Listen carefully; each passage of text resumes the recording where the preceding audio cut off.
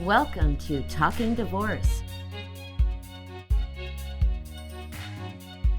with Donald P. Schweitzer and Lori McShane.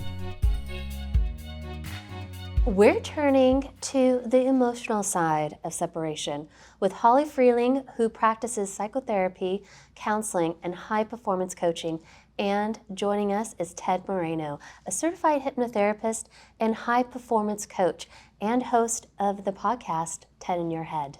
Okay, so now we're back for another great topic, which, just to me is just so relevant these days. Women quietly quitting their husbands without the husband's knowledge. So, Dawn, I'm going to throw it to you. What are your thoughts on that? Well, Holly, I'm going to tell you a story. When I was a brand new family law attorney, I worked with a guy that had been practicing for 30 years. And I was handling a case where this divorce just didn't seem to make sense. Why are these people divorcing? And I think a lot of times new family law attorneys think of that. And he said, write that question on a piece of paper, which I did. He said, now give it to me. And he gave it to me and he crumbled it up and he threw it in the garbage can. He says, you'll never know. Well, today we're going to know about one reason people go through a divorce. And it's going to answer a lot of questions. And quite frankly, it's going to help me understand a lot of the patterns that I see. Because I do see people engaging in the behavior that I think we're going to talk about. Unfortunately, we've got Holly Freeling with us again, Yes. who's so wonderful at explaining these things. And we've got Ted Moreno. And he could get into the mind of people, and he speaks to a lot of folks going through these things. And I think that we're all going to learn, from each other, and our audience is going to learn what happens when people are quietly divorcing. I guess that's what we're going to start off with, right? Yeah, I absolutely, because I feel these days with technology, it's so easy just to kind of go dive into your own world and just kind of really escape from reality, right? So, Holly, what have you seen with clients? Have you seen this happen? Oh, yes. Oh, yes. I think the first part of the frame is to understand there's different types. So the easiest ones to understand are burnout. Sometimes both people are just simply burned out. There's too much going on. Both people are burned out, so they start to kind of check out of the marriage. Mm-hmm. You have a roommate, not a teammate kind of thing. There's not a lot of conflict. You don't see a lot of fighting, but they're really burned out. Then you have another type, which is someone who has mental challenges. So maybe they're depressed, or they're anxious, or they have trauma issues, or they have addictions, and they just don't have the coping skills, they don't have the ability, they don't have the tools to manage a relationship well. And a lot of people don't know good relationship skills. There's a lot there. But the other two is there's the avoidant, withdrawn person. And they come into the relationship kind of leery of emotional conflict. So in the beginning, in the honeymoon phase, they seem lovely. Mm-hmm. But when things get real, they start to back up. They start to withdraw. They don't want to hear it. They don't want the drama, all that kind of stuff. We all know this type of person, right? They're sort of not engaged. Yeah. Yeah. And then we have the resigned, over-functioning person, or overgiver, that is compensating for the withdrawn person. So they think, if I don't get it done, it's not getting done. So they are doing the lion's share of the housework, of the childcare, of the doctor's appointments, of carting kids around and all of that, while the other person is sort of withdrawing. Now this is a late stage divorce situation. It takes a long time. It's a long, slow build of resentment that happens over time. And the more resentful, let's say, the woman gets in this case, I've seen it the opposite way, of course, too, but the more resentful she gets, the more he withdraws. And then the more angry she gets, so the more resentful she gets. I'm doing everything here. And then the more he starts to withdraw. So you can see that the cycles feed on themselves over time, and then they just get entrenched in the pattern. So sometimes, surprisingly, kind of what you were saying, that the husband, let's say he's the withdrawer in this situation, is surprised, because it's often the overgiver who files. Mm-hmm. Mm-hmm. Yeah, so there's about 70% of all divorce cases in California are filed by the women. Yes. You know that, Ted? Mm-hmm. And so that's one of the patterns that I've seen. Uh-huh. And it seems like a lot of the times that, and I think maybe you and I have talked about this before, is that it's not a slow decision on the part of the woman Yeah. who files. And I'm kind of connecting that to what you're talking Yes. about now. Am I right? Yes, you're absolutely right. Also, because it's not like the relationship in this scenario is terrible, right? The fighting decreases actually because the hope has gone away. So it's right up exactly. You're exactly right. So, Ted, can we save the marriage? Can we save the marriage? Right. Well, that depends. Typically, by the time somebody comes to me, the four horsemen of the apocalypse have been camped out for some time, right? What was it? Criticism, contempt, defensiveness, and stonewalling, right? So by the time someone comes to me, they're asking me one of two things. I don't want to get divorced, but I don't like this person I'm living with. Help me just cope till I can figure something else out, or help me make the decision to leave the marriage because I'm done with it, okay? And so what has led up to that is an ongoing conversation that was never communicated with anybody, and I might be the first person that they say, this is what's going on with me, and you're the only one that knows. Right. So by that point, it's very difficult to save a marriage. Right, and so you're helping people formulate their thinking process, it sounds like. That's and part of it. getting them to feel comfortable with going forward with whatever direction they take. Yes. Okay, how do you help them do that? First thing is to get them out of overwhelm. So many options, so many people telling them different things, so many shoulds, coulds, just all these conversations. So once I give them an opportunity to vent and talk about what's on their mind, then we can start to plot out, well, what do you need to do? What do you want to do? And truthfully, have the client relate to me, what do you really think is going on here? Is it really over? And most of the time it's, yeah, it's over. And now I need to figure out the next few steps. So getting them out of overwhelm, helping them to kind of put some time and effort into their own self-care, which kind of goes out the window in these type of situations. And then finding a team member, finding a good attorney, a good friend that they can communicate with. So finding some team members to help them through this period of their life. That's good. It sounds like you've got a really good method there. So Holly, in my practice, I do see that when, especially women, have decided that the divorce is the way they're going to go, they're completely sure about it. There's not a lot of hesitation when they do that. Opposed to some of the men, more of the men that I see are, what's going on, right? I just can't believe this is happening, and stuff. And, so there's no saving the marriage type of a thing. We know that it's going to go forward, but a lot of times what they'll do is they don't want to push the go button yet. They still want a little bit more time. Can you explain that for us? Yeah. So let's just take one scenario, because there are many, of course. I'm sure you see the same thing. But I think there is a multi-generational transmission process that is happening. So let's say there's an avoidant father who is withdrawn, the mother who is overcompensating, doing all these things, and the mother gets lonely, right? Of course she's lonely. She's in a marriage all by herself pretty much, or most of the time. So she starts to lean on the children to get emotional support, right? Mommy's little man, daddy's little girl, and they start to sort of enmesh with the children. So the child, let's say the boy in this case, starts to be like an emotional partner to the mother. God, I've seen that so many times. Uh-huh. Now you're explaining it. Go ahead, I'm sorry. And they feel smothered. They feel engulfed. They feel enmeshed. And so what do? They learn how to back up. That to be loved is to be used. That's Pia Melody's work, amazing. So they learn that not only is love a little dangerous or vulnerability is dangerous, but they also learn mom does everything.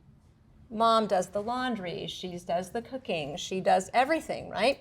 So then they get into a marriage and they expect wife to do everything, because a smothered son tends to become an avoidant husband. And there you have it. So the cycle just repeats, because to them it seems normal. So they're surprised by the divorce. The wife is probably, in these scenarios, just wrung her hands and considered and tried and nothing happens and tried and nothing happens. Or they get lip service sometimes.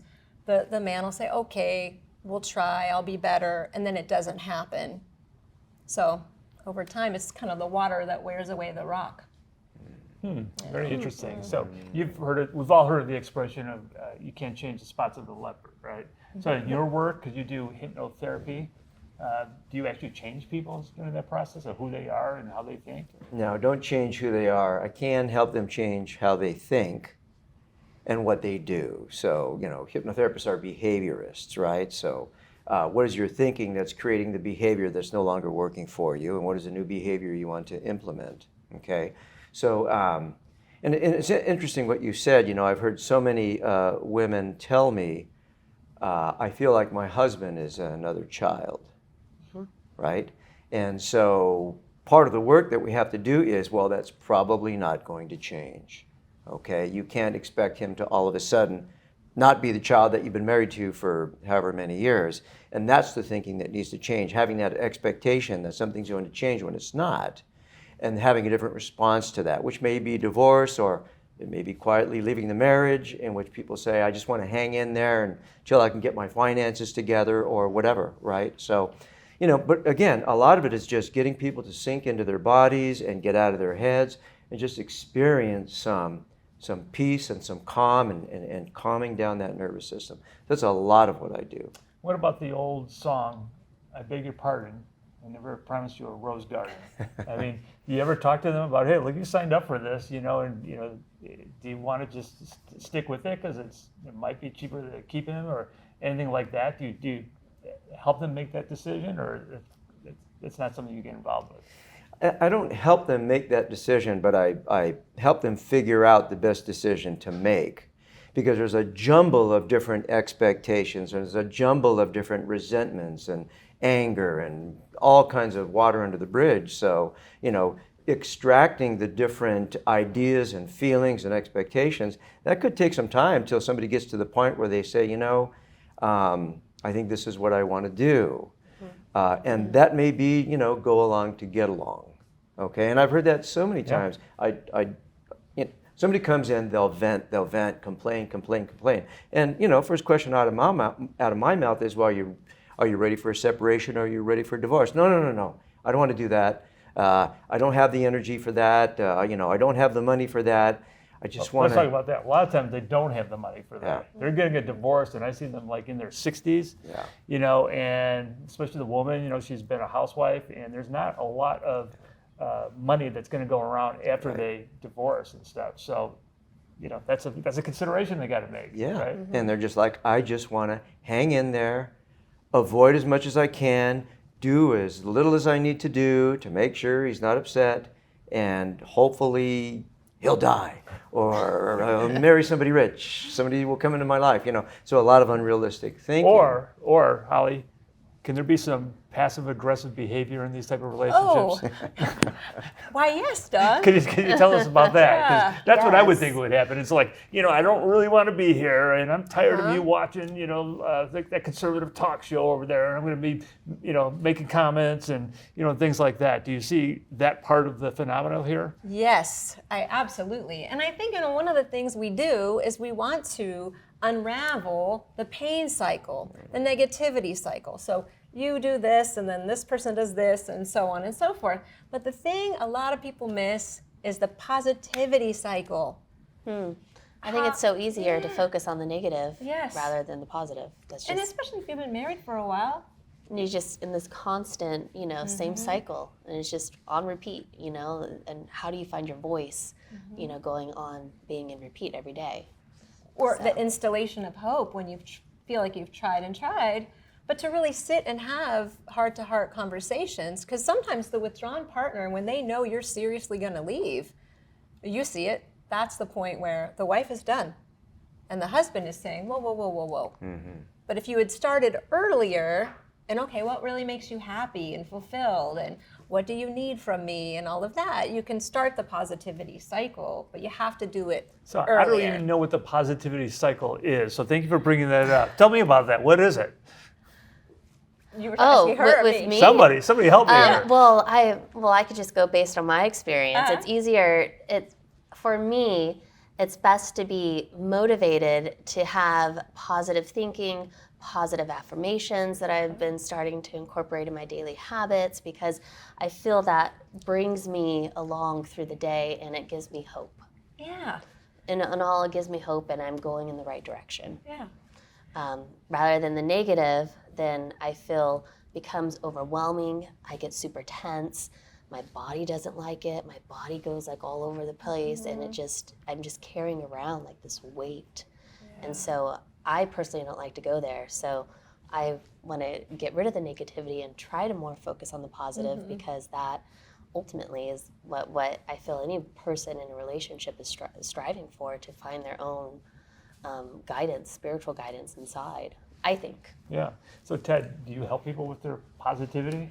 Yeah, and that's such an important point, because I remember one particular case where a woman came in and she was venting and venting and venting and venting, and I said, hold on a second. Is he abusive to you? No. Does he treat you well? Is he kind? Yeah, he's kind. Is he good to the kids? Yeah. Sounds like a good guy. Good provider? Yeah. I just don't like him. Oh. I don't like that he does this. I don't like that he does that. But okay, got it. But by all accounts, this is not an abusive, nasty, mean person. Well, I guess you're right. So helping to get a different perspective of the situation, again, we have these conversations that gain more and more energy, and we're just running them in our heads. And to give somebody a different perspective, or to help them see the other side of the coin, I think is important in helping people not only to let go of some of that resentment, but maybe to make a more informed decision about how to move forward. That's excellent. So, we're talking about, the other side, and stuff. Holly, I just think that a lot of people aren't meant to be living together for 60 years, okay? The marriage, and I'm sorry, I'm a divorce attorney and I'm not trying to sell divorce here, but it seems that being together for an entire lifetime takes two very committed, special people that make a lot of sacrifices, that are willing to overlook themselves for the bigger picture and stuff. Does that play into either one of your thoughts? As you're sitting across the table with somebody and you're giving them therapy, you might be thinking, well, this might be this person, or this might be the couple that it's never going to make it. Yes, it's kind of sad when you see it. I think part of it is the fact that a really great couple, they get out of the power struggle, which is very rare. So if you think about three basic phases, you've got honeymoon phase, which everyone goes through. It's super delicious and amazing. But then you go into power struggle, and most couples never leave power struggle. Co-creation is really where you want to be. And the idea is, it's not, you're your own person, the other person is their own person, but there's a third entity, which is the we. And this is so precious. And if you meet the right person who's also willing to do it, because as I always say, it takes two to make it work, it only takes one to ruin it. Sometimes both people ruin it, but it really only takes one person, and that person hears, it takes two to tango, it takes two to make it work. But if both people are focused on the we, there is no more power struggle. It's us as a team moving through life. But there are some people who are never going to do it. They're just not. And so you have to decide, and that's where quiet quitting comes in sometimes. I don't want to leave because the children. Or the house. Yes. Where am I going to go? A lot of it is the fear of the unknown. So a lot of people feel maybe stuck, and it's easier for them just to mentally check out, and just to go on day by day and just kind of just keep it in motion. Or you love your in-laws, right? Or your child, and all the transitions you're going to have to go through. It takes a lot of bravery to leave. It takes a lot. But there are some people that really aren't going to, they're just not going to give enough for the we to happen. Interesting. So, the process of figuring all this out, we've already established that it takes a long time. How long do you think it normally takes for a person who's starting that phase of quietly quitting to the point where they actually quit? it's a little shocking, but what we know is that people come to therapy about 7 years past the time when they should have started. Wow. Oh, wow. So most of the time people have been a bit miserable for a long time, and now the patterns are just so entrenched. Well, I'm not giving up that, or let me just tell you about, you probably hear this, well, let me just tell you how this other person hurt me. So you can stay in that, and that's not going to produce happiness. Not at all. In fact, is it true that sometimes people go and see professionals like yourself just to get validation? Oh, yes. Absolutely. Oh, yes. Absolutely.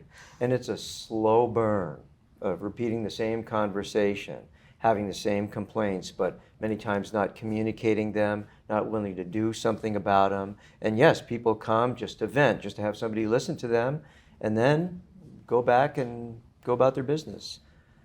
What's interesting, back to the point that you made, traditional marriages, people that have been married for 50, 60, 70 years, the power struggle is non-existent, and it's all about the we, which I find very interesting, right? Yeah. I mean, people come to me with, normal marital challenges, but the idea of divorce is simply, oh, no, we would never do that, no, we made a vow to stay together for life, and yes, he's difficult to live with, but this is what we do. So there's that whole nother side that keeps people together, where the we is the most important thing, right? Yeah. Oh, well, my wants and needs, they're important, but it's more important that we stay together. And you hear that occasionally with people that are maybe from a more traditional culture or rooted in a traditional type of religion or something like that. I've seen in my practice some interesting cases that I think both of you could maybe comment on, and these are the elderly, the gray divorces, people that have been together for 40, 50 years. And in one case, somebody recently said, are there any funny stories about why somebody filed for divorce? And I couldn't think of anything that's funny about any of the stuff that I do. But something that's interesting is there's one couple, they've been together for, I don't know, it was like 40, 50 years, and he's like, I want to sell our house and go buy a place by the beach. And she's like, we're not going to do that because we're not going to be moved away from the kids. I'm comfortable here. This is my community. Yeah, but I really want to go to the beach. You do that, we're going to divorce. And boom, they were divorced. And it was like just that one thing like that, And so, doesn't that kind of smack in the face of somebody that's thinking about we, at that point? They're still kind of thinking about themselves, right? Absolutely. Interesting. Yeah. That not everybody that's been together for long come to that place where they're thinking about we, right? Oh, absolutely. Some people, just because you stay together doesn't mean it's a successful marriage. You can stay together and it can be quite unhappy. Yeah. One of the things I found interesting also, Ted and Holly, is when during consultations, it comes up, are you still intimate? Oh, no, we haven't been intimate for 10 years. Okay. Where are the sleeping arrangements? Oh, we've slept in separate bedrooms for 10 years. When I hear that, I'm thinking, oh, that one's definitely over with. I mean, there are ships passing in the middle of the night. And it seems like that would be part of this phenomenon that you're talking about is Roommates. It's a trend. Okay. It's even a trend where houses are built with 2 master bedrooms. Oh, boy. Oh, Yes. wow. That is definitely So you have a the trend. east wing and the west wing. You stay over there and I'll stay over here. But Sometimes don't you bring get your the other better party side in of- the house. Sometimes you get the better side of the other person, maybe. It's like, hey, you're being kind of grouchy. I'm going to go to my man cave or something. Yeah. Or snoring. There you go. Snoring I hear is a that. big reason. You're right. Now, can that be a cause of the beginning of the quiet divorce? Because I think sometimes just separating themselves, they get kind of used to being away from each other. No? What do they call it? Bed divorce or bedroom divorce, sleep divorce, something like Yeah. that. And once you're not in that energetic space of your partner, things start slowly dissolving. What about, Holly, taking vacations separately? I've heard this. Some people believe in it. Some people say, I need a little bit of time to go do whatever. Or maybe your partner wants to climb Mount Everest and you really do not. But you can stay at the lodge and drink cocoa and have a nice time. That's me. But yeah. Okay. Yeah. So I think that this has been fascinating. I mean, you've really identified something that I see every day, and you've kind of added some science or some theories to this thing that a lot of our viewers are going to think beneficial. What do you think? I have to agree. This is a really like a concept that's been around, but now it's kind of becoming like more regular on a daily basis. It's becoming more and more common, because a lot of people don't want to, go their separate ways. It's just easier for them just to quit it. What would you, final thought, what would you recommend somebody consciously do that they can, maybe prevent this from happening? Or find themselves kind of slipping into it. Or slipping into it, How do they not keep going with it? Yeah. You have to have some really deep conversations. And that's hard.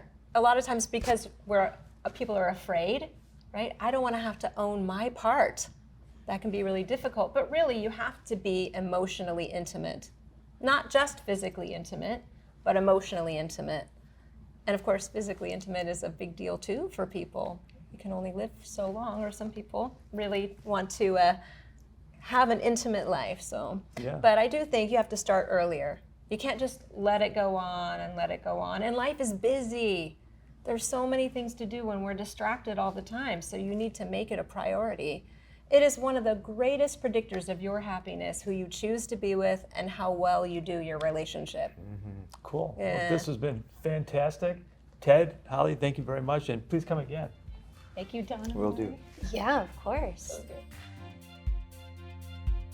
People often continue to post on social media during a divorce without realizing it may be used in court. So, Dawn, how often do social media posts or digital communication end up becoming evidence in divorce cases?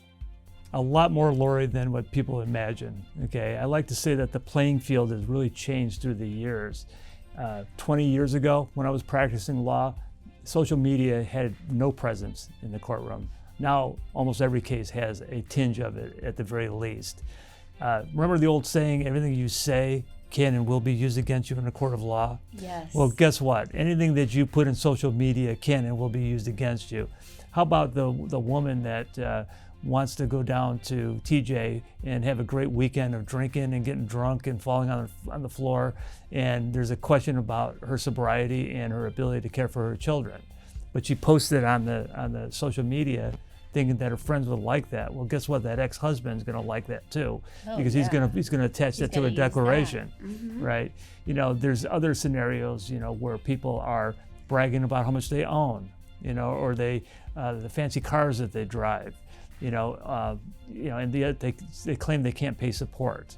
Yeah. Right? Or how about the people that claim that they're in Southern California with the kids when social media shows them in Walt Disney World in Florida at a time when they're not supposed to be there, right? Or they didn't give notice to the other side. So it's a real evidentiary thing, and any good family law attorney is going to be looking at that social media with their clients to try to see if there's any evidence there that they could use in court.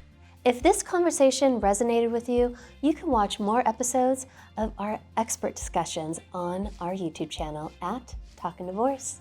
And until next time, bye.